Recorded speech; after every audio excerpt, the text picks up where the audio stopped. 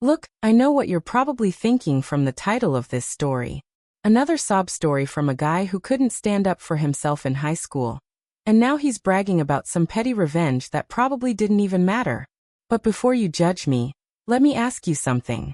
If you spent years, subjected to systematic psychological torture, physical abuse, and humiliation that almost broke your spirit entirely, what would you do?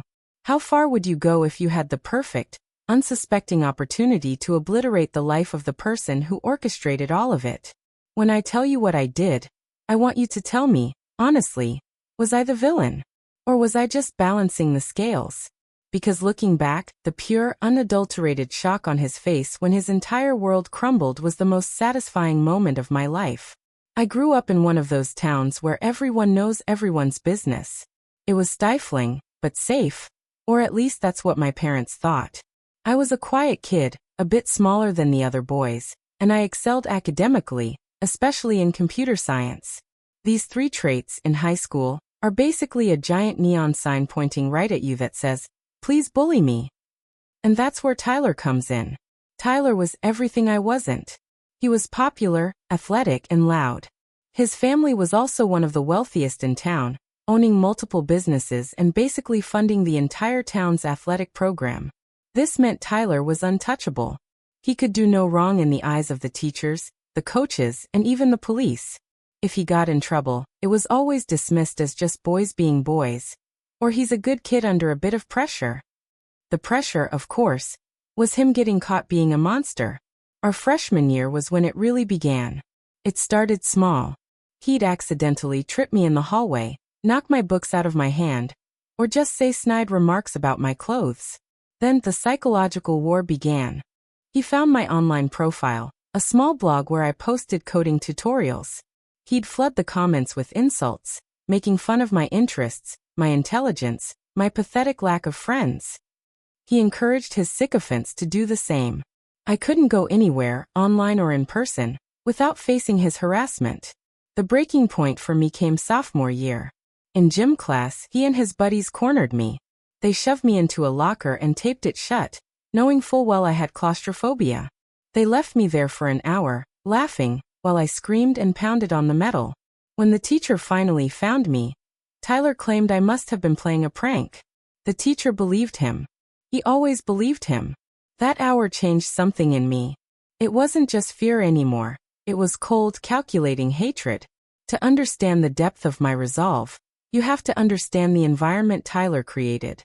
It wasn't just a few bad days. It was a total atmosphere of dread. Every morning, my stomach would twist into knots the moment I saw the school gates. I would plan my routes between classes like a fugitive, avoiding the gym wing or the main cafeteria where his court usually gathered. Tyler didn't just want to hurt me. He wanted to own my time and my thoughts. He once forced me to sit in the back of the library and watch as he tore pages out of my favorite coding manual, laughing about how I'd never need them because I'd be working for him one day. He had this way of making you feel small, like your entire existence was just a footnote in his glorious story. He would hold court at the local diner after Friday night games. And if he saw me there with my parents, he'd make a loud, disparaging comment just to see me shrink. My parents saw I was withdrawing, becoming a ghost in my own home, but when they asked, I lied. How do you tell your hardworking father that his son is a punching bag for the town's golden boy? You don't. You swallow it. You let it ferment into something dark. I spent my nights in the basement, not just studying, but building a digital fortress. If the physical world belonged to Tyler, the digital one was mine. I started tracking his public footprint, seeing how he curated this image of the perfect son and athlete while leaving a trail of digital slime behind him. He was sloppy. He thought he was too big to fail, and that's the precise moment a person becomes vulnerable. By the time junior year rolled around, I wasn't just a victim. I was a collector of secrets. I had mapped out his entire digital life. Every social media alt, every poorly secured cloud drive, every snide group chat where he and his inner circle planned their pranks. I realized then that direct confrontation was useless. He was bigger, stronger, and more socially insulated. I couldn't win a fight, and I couldn't win the favor of any authority figure. I needed a different plan. I needed to beat him at my game. I needed to exploit his only weakness, his arrogance and his complete lack of foresight. See, while Tyler was popular and athletic, he was lazy. In reality, he barely got by in school, rely on the goodwill of his teachers and, as I soon discovered, the academic talents of others. In our junior year, a mandatory senior-level computer science class was introduced, and since I had excelled, I was also assigned as a student tutor. And who should be the first student assigned to me? You guessed it. Tyler. His initial reaction was exactly what you'd expect. He laughed, called me a derogatory term, and made a scene. But when he realized that this class was actually a graduation requirement, and that his athletic eligibility depended on his grades, his tune changed, a little. He didn't become nice, no. He became demanding. He'd order me to do his assignments, sometimes even directly in front of his friends. He'd throw his textbook on my desk and say, "Make this happen. I have a game." He was so arrogant, so sure that I was his property, that he never even considered that he was handing me the very tool of his destruction. He didn't know I wasn't just doing his homework, I was creating my revenge. The first year, I did his work, just well enough to get him a B-. I didn't want him to get suspicious. I was just biding my time, gathering information, and building my ultimate weapon. I had full access to his student account. I knew all his passwords. I also, subtly, learned everything about his social life. I watched as he manipulated everyone around him. I remember one specific afternoon during a tutoring session when he spent 20 minutes mocking a girl in our grade, who had just lost her grandmother, calling her weak for crying in the hallway. He said it right to my face, expecting me to chuckle along. That was the day I realized I wasn't just doing this for myself. I was doing it for every person he'd ever stepped on. He was dating the most popular girl in school, but he was also cheating on her. I found some questionable emails and photos that he'd saved, again, thinking himself too important to be caught. He had folders on his drive labeled with the names of girls he was talking to, including some from rival schools. It was a catalog of betrayal. I had it all. Everything. I just needed the perfect opportunity to use it. That opportunity arrived in our senior year. The town was already buzzing. Tyler was up for a major, life-changing scholarship, the Lakeside Memorial Scholarship, which would cover full tuition, room, and board at his dream university. It was given to one student who showed exceptional athletic ability, academic dedication, and most importantly, outstanding moral character. The scholarship was funded by a wealthy, conservative family who took the moral character part very seriously. They weren't just looking for a player. They were looking for a representative of their values. The final stage of the application involved a personal statement, and crucially, a live, virtual interview with the selection committee. This was my moment. For the interview, Tyler had, of course, left the responsibility of all the technical setup to me. I was to ensure the connection was stable, the camera was positioned right, and the lighting was perfect. He didn't even ask. He just told me when and where to be. He was so incredibly confident that he was a shoo-in that he spent the hours before the interview bragging about all the things he was going to buy with the scholarship money. He was definitely going to win. He spoke about his impeccable reputation and his future of greatness. He even joked that after he got the money, he'd hire me to do his laundry at college. I just sat there, setting up the webcam and the streaming software, nodding and offering a quiet, "Yes, Tyler. It all looks great, Tyler." I had spent weeks testing the script I'd written. It was a sophisticated piece of code that would hijack the outgoing video stream from his computer and replace it with a pre-recorded video file, but only on the receiver's end. On Tyler's screen, he would see his own face, clear and confident. But the committee? They would see the truth. I remember the night before the interview, I couldn't sleep. The magnitude of what I was about to do felt like a physical weight. I had folders full of proof. Years of text messages where he referred to teachers as worthless, videos of him mocking disabled students behind their backs, and screenshots of him bragging about how his dad could buy off any trouble he got into. This wasn't just about a locker or a few books. It was about the fundamental unfairness of a world that let people like him thrive. I felt like a judge about to hand down a life sentence. And this is where the story gets intense. Everything was set. I had created a parallel feed. The scholarship committee would be seeing Tyler, composed and professional.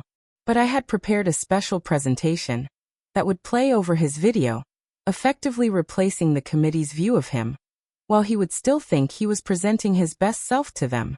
I had spent months compiling every hateful message he had sent, every piece of evidence of his cheating, both academically and personally, and even some carefully edited video clips, which I'll get to in a second.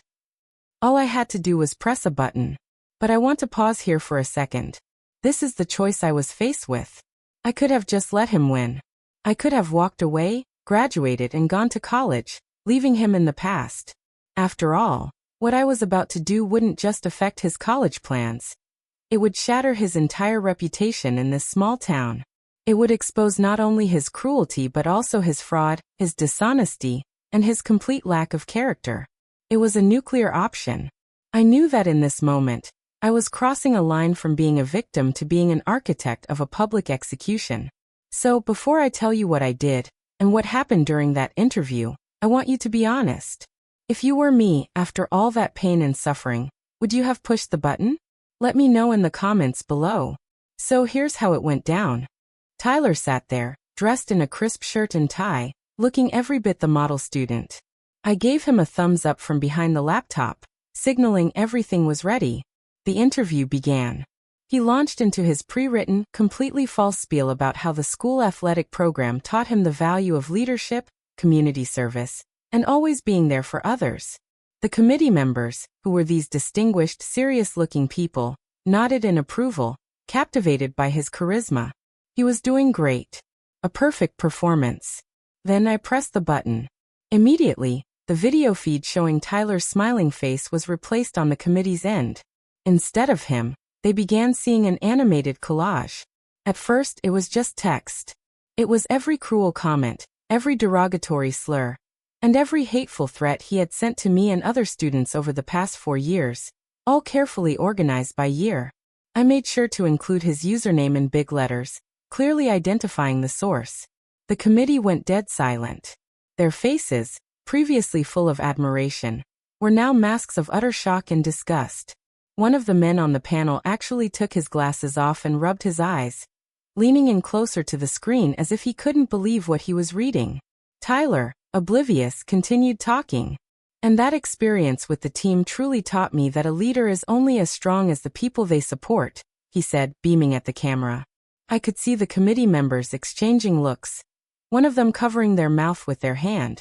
Then the presentation shifted to the next phase. I had found a goldmine of information.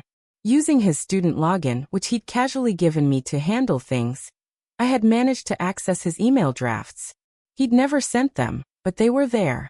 In these drafts, he'd bragged to his best friend about how he was playing the game, and how all the teachers were fools who adored him for nothing. He described how he literally did nothing for his computer science class and that the little nerd, me, was doing everything for him. He also detailed how he was screwing around on his girlfriend and called her a trophy, but a simple one. I had projected these emails, verbatim, onto the screen. The contrast was horrifying. You had Tyler's voice, speaking about integrity and honor, while the screen behind his digital ghost was screaming the word fools in his own handwriting. I could see the sweat starting to bead on his forehead. Not because he knew what was happening, but because the silence from the committee was becoming unnerving. He thought they were just stunned by his eloquence. The committee started asking questions. Mr. Roberts, one member said, her voice shaking slightly, I'm not sure. Can you perhaps comment on your definition of moral character? Tyler, still thinking he was crushing it, said, Oh, absolutely. To me, moral character is about honesty, respect for others, and always doing the right thing, even when no one is watching. As he said that last phrase, even when no one is watching, the final part of my presentation began. It was a video compilation. For my computer science project the previous year, I'd been allowed to install a camera in a designated section of the computer lab to monitor traffic patterns. The teachers loved me for it. What I didn't tell anyone was that I had angled the camera to also catch Tyler and his friends when they hung out in the back. I had recorded them laughing and joking. And I had recorded them laughing and joking as they described, in vivid detail, putting me in the locker. I had recorded them talking about how they'd gotten the nerd to do their work. I even had footage of Tyler throwing a heavy textbook at the back of my head when I wasn't looking, then high-fiving his buddies. The audio wasn't great, but it was clear enough. And for maximum impact, I had added subtitles of every awful thing they said. I watched Tyler's face on the screen. He was still smiling, still trying to look like the boy next door, while the committee watched him shove a smaller kid against a wall in the background of the video. The committee member who had asked the question simply said, "We've seen enough." Tyler looked confused, his smooth, pre-packaged demeanor slightly cracking. Excuse me? We still have 10 minutes left. I have so much more I want to tell you about my values." The committee member just said, "We will be in touch, Mr. Roberts." The feed cut. Tyler was stunned. What happened? The connection cut? Did you fix it? He turned to me, his voice already rising in anger. "You said you fixed it, you little piece of..." And that's when I turned the laptop around. I had been recording my parallel feed, of course, and I'd also recorded his unsuspecting face during the entire presentation. I pressed play on the video I had just made, which showed the committee's horrified reactions side by side with his own calm, deceptive presentation and the evidence of his cruelty. The shock on his face was a work of art. The arrogance and entitlement that had defined him for years just evaporated. He stared at the screen for a good minute, his mouth agape. He finally understood. He saw the exact moment the committee realized he was a fraud. He saw his scholarship, his prestige, and his future vanish into thin air. The realization that he wasn't invincible, that I was the one who controlled everything, and that his future was crumbling around him was painted on every line of his face. He finally looked at me, not with disdain or with the familiar little nerd expression, but with genuine, terrifying fear. What did you do?" he whispered. I just shrugged. "I made sure they saw your real character, Tyler. Honest, respectful, always doing the right thing. Isn't that what you said?" The silence in that room was heavy. For the first time in 4 years, I felt like the bigger person in the room, and I wasn't even standing up. I just sat there, watching him realize that his life as he knew it was over. He tried to lunge at me, but he stopped halfway, his hands trembling. He knew if he touched me now, it would only make the inevitable police report worse. The fallout was beautiful and immediate. He didn't just lose the scholarship. The committee contacted the school, and Tyler was called to the principal's office. An internal investigation was launched based on the evidence I'd provided, which, let's be real, I was more than happy to give them in bulk. The cheating on my work was confirmed. Every assignment I had done for him was flagged. He was stripped of all his athletic leadership roles, and suspended for the remainder of the year. He was barred from the graduation ceremony. His longtime girlfriend broke up with him after I shared the emails with her, and she posted everything on social media, so the whole school knew exactly who he was. The local newspapers even picked up on the story of the scholarship scandal, though they kept the names of the victims out of it. Tyler's father's businesses took a hit as the town's perception of the family soured. The untouchable family was suddenly the talk of every dinner table for all the wrong reasons. His parents tried to use their wealth and influence, of course, threatening lawsuits and making calls, but the evidence was too clear, and the public outrage in this small town was too big. Everyone had known Tyler was arrogant, but this systematic, prolonged torture of another student was something they couldn't just sweep under the rug. He became a social pariah. He had to finish high school at a different, less prestigious school in another district, away from his legacy reputation and all his athletic accolades. The last I heard, he'd enrolled in a community college and was doing some manual labor job. He was no longer the king of the world. He was just a guy with a tarnished name trying to survive. I remember seeing him months later at a gas station. He was wearing a grease-stained shirt and looked 10 years older than he was. He saw me, and for a second, I saw that flash of anger in his eyes, but it was quickly replaced by shame. He looked away first. That was the real victory. As for me, I had a weight lifted off my shoulders that I hadn't realized I was carrying. My final year of high school was actually normal. I was still a quiet kid, but the pervasive sense of dread was gone. I graduated and went on to study computer science at a great university. I remember walking across that stage at graduation, Seeing Tyler's empty seat in the row where the athletes usually sat. It didn't feel like a win, it felt like balance. I hadn't just gotten revenge. I had reclaimed my life. But that day, when I saw the absolute terror in his eyes and the complete, utter destruction of his fabricated identity, remains one of my most defining memories. I realize now that the most dangerous thing you can do to a person who lives for their reputation is to show the world who they are when the lights are off. Tyler had spent his whole life building a mask, and I had simply provided the mirror. People like him, they think they can own you. They think their privilege and their arrogance makes them better, and that your pain is just their entertainment. But they always forget that the quiet ones, the ones they push into corners, we see everything. And we have a lot of time to plan. I've since moved on to a successful career, but I never forgot the lesson I learned in that basement. Power isn't just about who can yell the loudest or who can hit the hardest. It's about who has the information and the patience to use it. I still get messages from people back home telling me how much the school culture changed after Tyler was gone. Other bullies started looking over their shoulders, wondering who else was watching. I like to think I didn't just save myself. I changed the game for everyone else in that town. My parents finally found out the truth later on, and while they were shocked by the extent of the bullying, they were proud that I had fought back using my brain instead of my fists. They saw me finally come out of my shell, finally start smiling again without it being a forced mask. I started a nonprofit while in college that helps schools implement better anti-bullying tech and reporting systems, turning my worst experience into something that might save another kid from that locker. So that's it. That's my story.